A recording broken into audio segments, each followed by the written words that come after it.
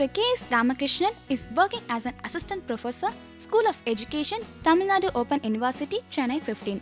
He has been teaching science education, environmental science, educational technology and research methodology in various colleges of education and Tamil Nadu Open University for the past 9 years.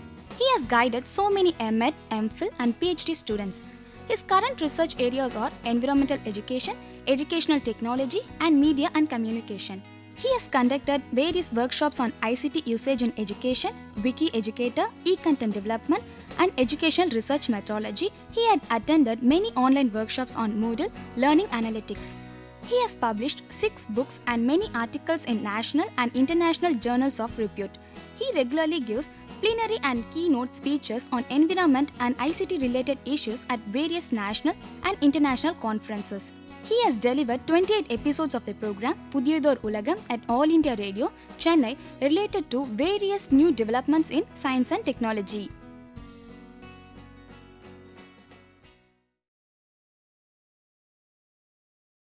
Welcome to UGC CEC program. In this episode, we are going to discuss about the ozone depletion. And the topics that we are going to discuss: what is ozone layer, and what are the causes for ozone depletion, and the chemical processes involved in ozone depletion, and what are the ways to mitigate the problems associated with ozone depletion. First of all, let us see what is ozone layer. See, the ozone layer is a thin, fragile shield that contains relatively high concentration of ozone. Therefore, it is a very thin layer and it has very high concentration of ozone, and it is shielding the earth from much of the harmful ultraviolet radiation that come from the sun. In case if the ozone layer is not there, definitely that will be in high trouble, because the ultraviolet radiation are very high energy particles, and therefore their impact on the human being and the earth, that is much more devastating. See the diagram, what are the layers of atmosphere.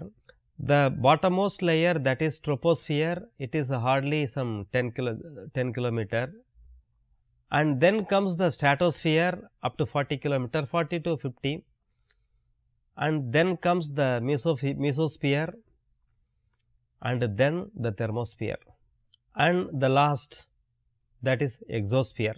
And so these are various layers of the atmosphere, and the today's phenomenon is mostly prevalent in the troposphere and the stratosphere, and mainly that the troposphere and the stratosphere that we will discuss now. And what are the temperature variation? See, look, in the troposphere the temperature is decreasing when the height is increased. That means, as we are going above and above, in the troposphere the temperature is decreasing, and then comes the stratosphere, there the effect is reverse, and there the temperature is increasing as we go above and above. And then comes the mesosphere, again that it takes a reversal, and then the last, the thermosphere, and that it is very high temperatures, it is very warm. And therefore, here the x axis that we take the temperature, and the y axis we take the altitude. And therefore, that is, as we are moving within the troposphere, the temperature goes on decreasing, and that is when there is a difference between the troposphere and the stratosphere, that tropopause, stratopause and mesopause. So, these are all the intervening space between two layers. And the troposphere, that is the lowest layer, about some 15 kilometer. It contains normal air composed of nitrogen, oxygen, water vapor, carbon dioxide, etc. And the temperature decreases with altitude. And then comes the stratosphere, it is above the troposphere, the temperature increases with altitude, and it contains ozone layer between 10 to 50 kilometers, and that is depicted in the diagram. You see, On the x axis that we have taken the height, and the x axis we take the atmospheric pressure, and the y axis the altitude, and here that we have taken the ozone partial pressure. And therefore, when we are plotting the ozone partial pressure, that you can see in the stratosphere only the ozone concentration that is very large, and therefore, this diagram that depicts that the ozone concentration is extremely high in the stratosphere. And now, how the ozone is formed? Ozone, that is O3, when the sunlight is falling on oxygen O2, then the oxygen molecule is getting the sun energy, and it is divided into oxygen, nascent oxygen and plus oxygen. And when this nascent oxygen is reacting with another oxygen molecule, we are getting O3. And what are the properties of ozone? It is a pollutant on ground level, because a component of photochemical smog, actually that it is causing smog at lower levels, and the same ozone at a higher level, that it is acting as a protecting layer, and it is protecting us from the ultraviolet radiation.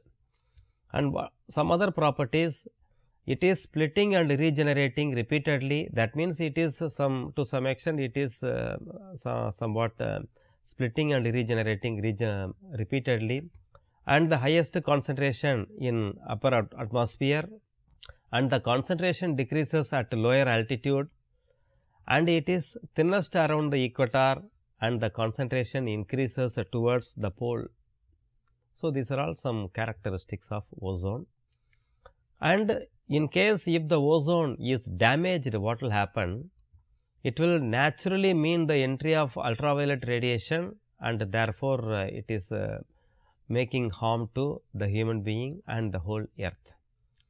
And so, the ozone depletion happens by so many different ways, and there are some natural factors. The season, because the ozone depletion or the concentration of ozone is not uniform at all the time, and depending upon the season. For example, in winter the ozone concentration is much, and vice versa, and therefore, the season is one factor. And the second factor, the weather condition.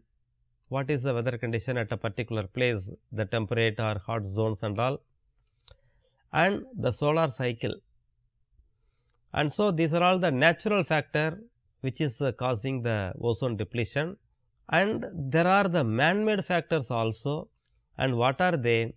Ozone depletion substances or ODS, they are the major cause of the ozone depletion, and they are the group of manufactured chemicals. And what are the ozone depletion substances?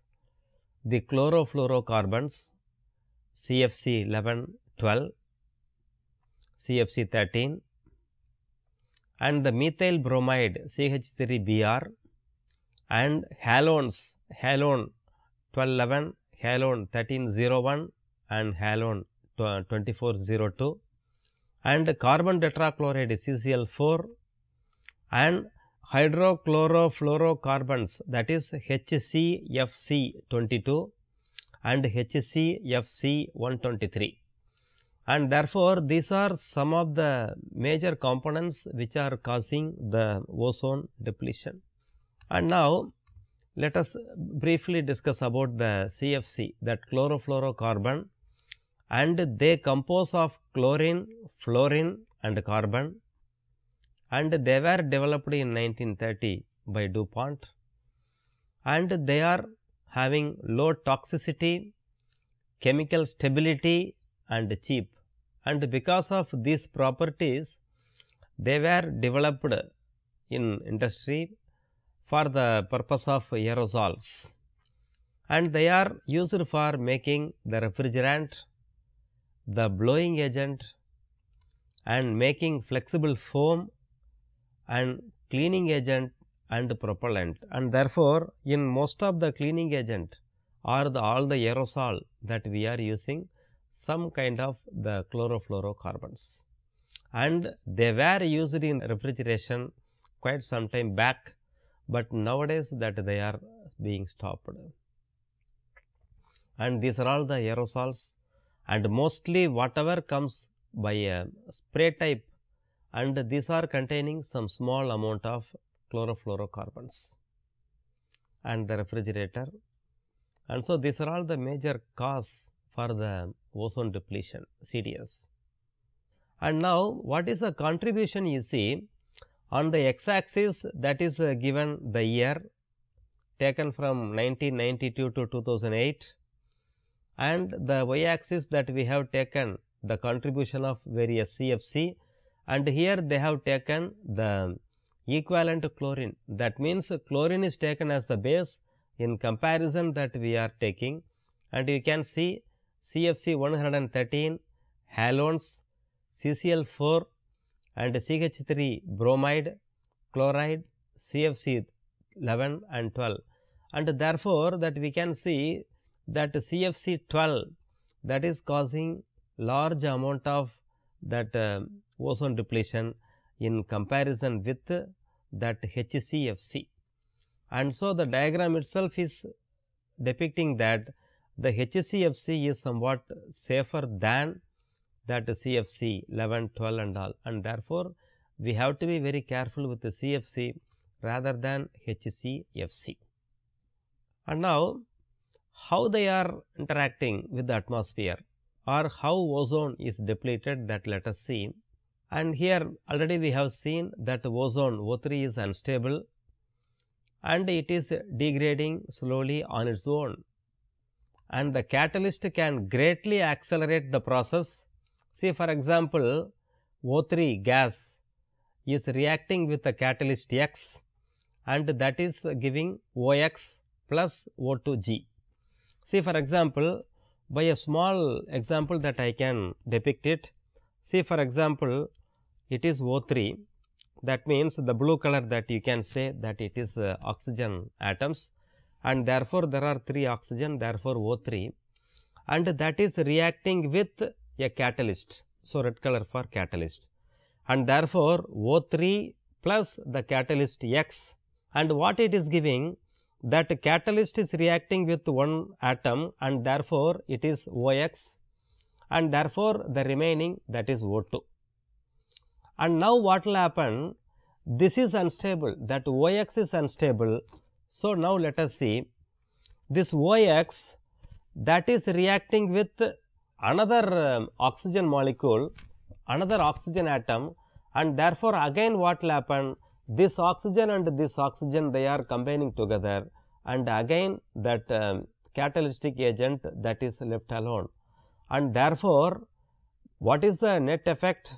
This catalytic agent that has reacted with one O3, and it has converted that into O2, and again that it is now ready to react with some other molecules, and therefore, what is the net result? That net reaction is given O3 is reacting with an oxygen, and therefore, 2 O2.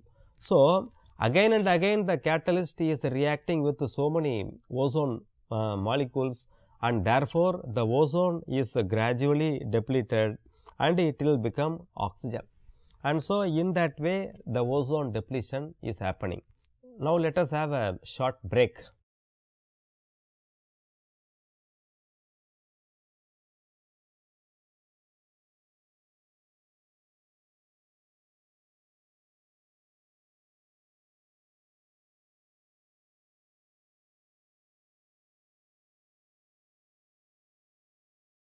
Welcome back. Let us proceed. So, what is the net result? That O3 is reacting with an oxygen and it is giving 2 O2 gas, and therefore, in that way that ozone that is gradually depleting and it is converting into oxygen, and at the same time the reactant, that means that the catalyst that is not altering, and therefore, it is that is again that it will react with some other ozone molecule, and it will happen the same process is repeated until that X, the catalyst, is destroyed or it is removed from that process. and so in that way the ozone that is converted into oxygen. And now what are the catalysts that let us see? The first is a hydroxyl radical that is OH, and it is responsible for half of the ozone depletion, and it is a natural process, but it can be accelerated by the presence of methane or CH4, which is a greenhouse gas. And the second one, that is nitric oxide, that is N2O, and when N2O is that is when the light is falling on it, that it is producing NO, and that NO destroys O3 and it is forming NO2, and the NO2 is reacting with other molecules like OH or Cl, and it will create some other molecules, and therefore the second catalyst, that is nitric oxide. And what are the anthropogenic effect on the stratosphere zone? And chlorine and bromine, Cl and Br, and they are also causing the ozone depletion, and they produce the chlorofluorocarbon CFC. And now some anthropogenic effect on stratospheric ozone, and the chlorine and bromine, these are the two major contributors, and the primary cause of ozone depletion in the stratosphere, and naturally they are in low abundance, and they produce CFCs, the hydrocarbons having at least one hydrogen replaced by a halogen. And now how the chlorine that is causing the ozone depletion? The chlorine atoms from CFCs attack ozone, taking away ozone and forming chlorine monoxide, that is ClO. That means O3 and Cl, that will give you O2 and ClO. Now the chlorine monoxide then combines with another oxygen atom to form a new oxygen molecule and a chlorine atom. That means that ClO plus O, that will give you Cl plus O2. And so the chlorine atom is free to destroy up to some 1 lakh ozone molecule, and as we have already seen, there is nothing happen for that Cl or the catalyst molecule, and therefore again and again that they are reacting with the ozone layer, and they go on depleting the ozone molecules. And so in that way the ozone layer is depleted or destructed. And here the cycle, that ozone destruction cycle, and here the ozone, the oxygen atom, and that is reacting with Cl and ClO plus O, and so again that it is giving out oxygen and it will become Cl, and therefore in that way that chlorine is cycling again and again. That is what already that we have discussed in the previous slide. And here the same thing, the factories and homes, that they are spewing out a large amount of CFC, and that is going into the atmosphere, and the sunlight, when the sunlight is falling on them, that is breaking down the molecule CFC, and they are destroying the ozone, and therefore when the scientists that they are testing the amount of ozone, the amount of ozone is somewhat lesser than the actual amount, and that is called ozone depletion, and sometimes if it is in large amount, that is called ozone hole also. The ozone hole, it is a seasonal decrease in stratospheric ozone at polar regions during spring. A polar vortex isolates the stratosphere above the poles in Arctic and Antarctic winters, and the CFCs are concentrated in this vortex, and the chlorine atoms break off CFCs in spring when the sun hits them, and therefore it is climate dependent, and this particular phenomenon is happening at the poles. And so you look at the diagram, here it is a polar region and here is a vortex, and therefore in this region what will happen, the amount of ozone that is very less in amount, and therefore, that is called a ozone hole. And here that you can see this portion, that is called ozone hole. And now, let us see how the ozone depletion is affecting the human beings. First, let us see the plant process, and it is targeting the molecules, and the gene activity is affected, and it affects the photosynthesis and the metabolism. As these are the three basic activities for a plant growth, the whole plant growth is affected. And here see that even gene activities also are affected by the ultraviolet B radiation. See now, in ecology, what is the impact? It is negatively impacting the rates of photosynthesis and the growth in young plants, and it is negatively affecting the marine phytoplankton, and the reduced photosynthesis rates, reduced productivity could affect the nitrogen fixing also, and therefore, the marine ecosystem is highly affected, and the carbon fixation is also affected.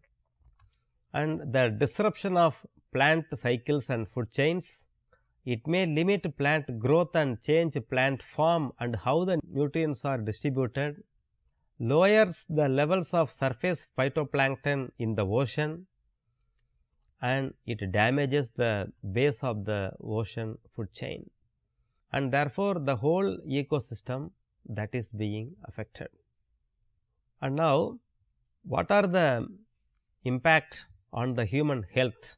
It is causing skin cancer, it causes eye damage such as cataract, and the immune system is also damaged, the reduction in phytoplankton, and the damage to the DNA in various life forms. And see, look at the diagram.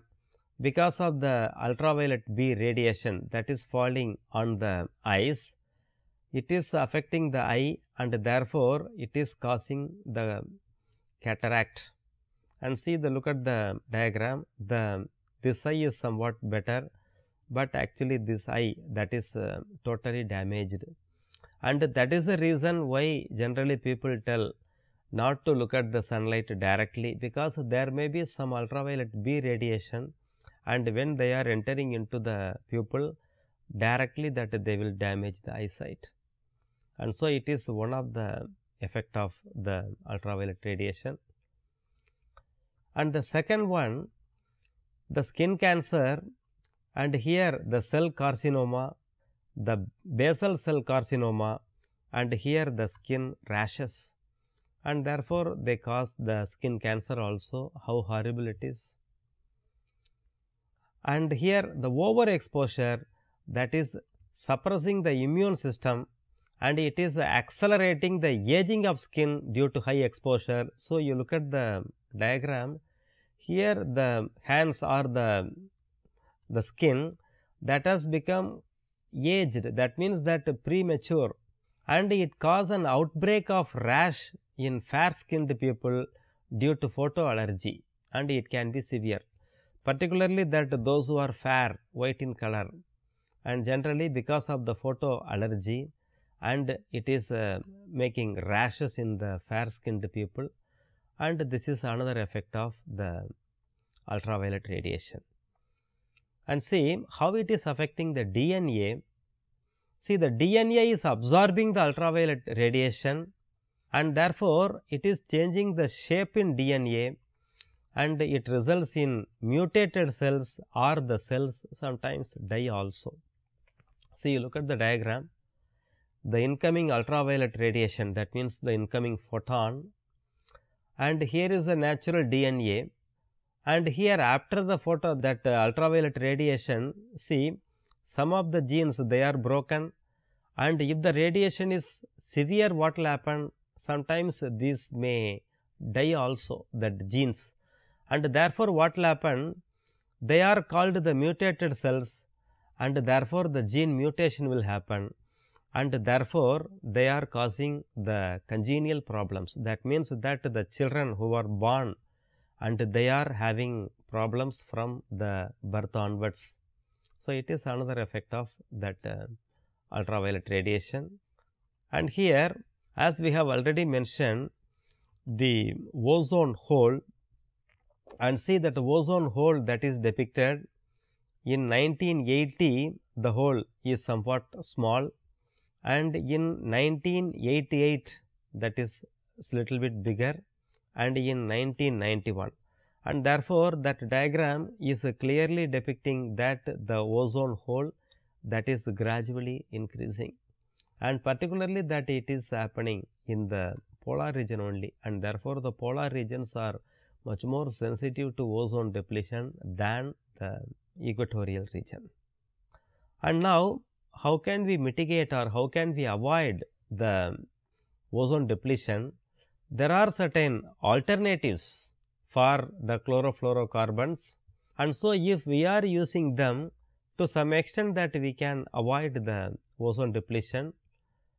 Now, this ammonia, propane and water, and therefore, these can be replacing the CFC, and they are cheap and they are abundant and they are not patented also, because all the CFCs they are patented and these are non-patented, and they are advantageous in using them also, and they are energy saving and they are cheap, and therefore, these can be utilized instead of that CFC, the chlorofluorocarbon, and therefore, already that we have seen that this alternative, and they are causing somewhat less depletion, and therefore, that instead of using the CFC, that chlorofluorocarbon, that if we are using this material, then naturally that we can to some extent that we can avoid. See, you look at the diagram. So, in comparison with hydrochlorofluorocarbons, and it is around some 4000 times that CFC12, and therefore, instead of using CFC12, that we may go for HCFC or the halones or even CCl4, and therefore, in that way that we can avoid the ozone depletion to a very larger extent. And now, let us have a conclusion. So, in this episode that we have discussed about ozone depletion, its definition, the causes of ozone depletion, the processes involved in it, the ozone depletion substances ODS, the effects of ozone depletion on humans, plants and the environment, and the ways to reduce ozone depletion, all have been discussed in detail. Now, let us have some questions. Mention two mechanisms responsible for ozone depletion. In which layer the ozone concentration is the highest? Ozone acts as a protective shield as well as a pollutant. How? The next, how catalysts accelerate ozone depletion? How many ozone molecules can be destroyed by a single chlorine atom? And the last question, mention some CFCs and their safe alternatives. So, dear friends, with that we conclude this episode. Thank you.